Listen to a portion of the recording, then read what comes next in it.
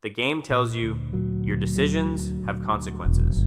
You pause the game, think, and choose your lines as if the characters' lives depend on them. Now the question is, what if all this is a lie? What if your difficult choice is just a beautiful set piece and the ending has long been written by the screenwriter? In this video, I'll show how games create the illusion of freedom, why we're still content with it, and where true choice exists. Let's start with a telltale classic.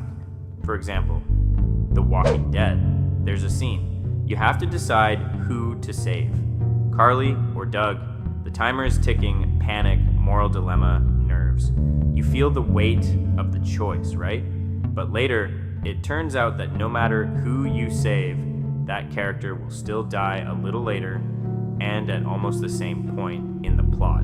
In terms of coding and script, your path hardly changes. But at the moment of choice, you feel like you're deciding people's fates. Why do they do this? Because writing dozens of completely different plot lines is incredibly expensive.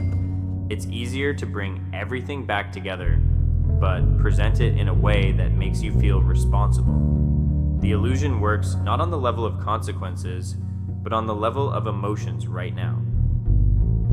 Okay, interactive movies. But what about massive AAA open world games?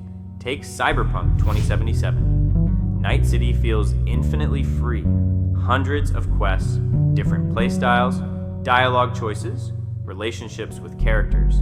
You feel like you're creating your own story. But if you break down the plot structure, you'll see a familiar pattern. Most of your minor choices have almost no impact. Key endings hinge on just a few decisions at the end. Many scenes differ only by a few lines or a cutscene, rather than a major shift in the story. Your playthrough feels unique, but in reality, they're just variations of the same corridor.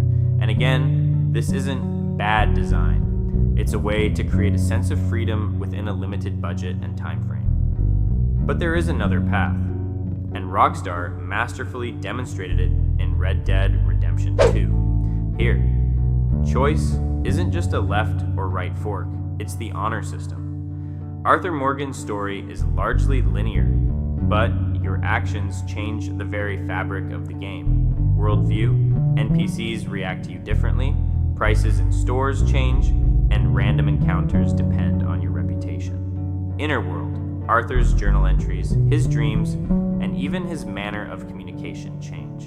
Endgame, your honor determines not just a cutscene at the end, but how Arthur ends his journey and the meaning of his death. In RDR2, choice isn't about what happens, but about what kind of person you will be. This changes your understanding of the game on the fly, transforming a bandit action movie into a deeply personal drama. It's a strange thing. In most games, our choices are a carefully staged performance. We follow predetermined tracks, and the game simply pretends there are many tracks. But is that bad?